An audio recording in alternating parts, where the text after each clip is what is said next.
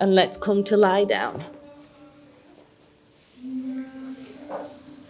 This next one, please watch. Please be careful.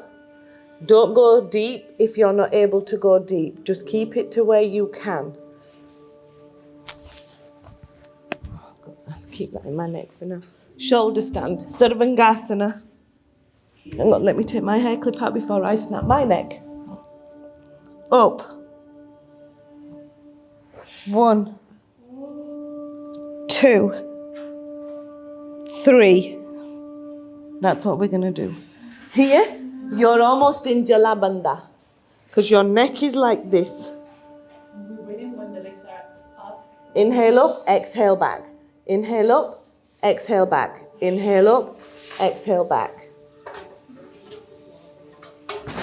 After we've done 21, we inhale up, both legs stay up to a count of 5.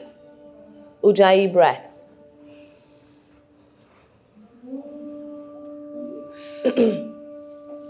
Then you will exhale back and hold. And then we will rock and roll and then come to Shavasana. So inhale up.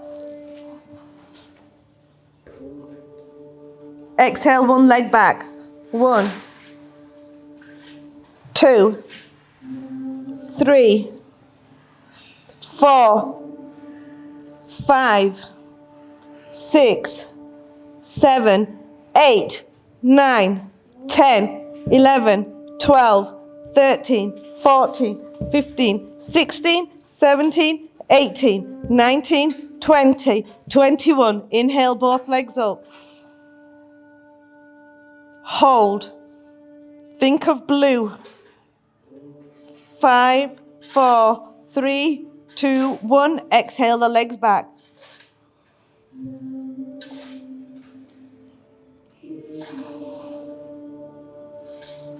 Five, 4, 3, 2, 1, and slowly, slowly start to release down. If you can from here, bring your legs to your ears.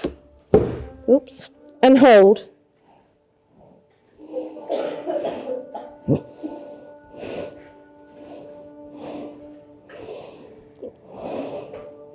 Five, 4, 3, 2, 1. Legs go up. And see if you can just gently bring one leg down at a time. I sound like an elephant. Mine doesn't go gracefully. Just relax. You're back on the ground.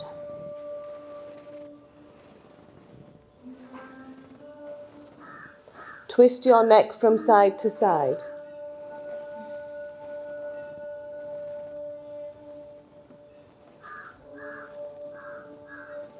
Bring one leg down. Bring your right leg out straight. Bend your left knee. And then put your foot and twist to the side with your neck going in the opposite direction, opening up that spine.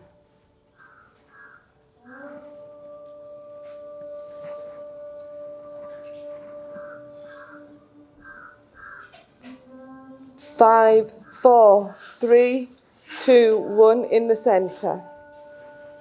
Opposite direction.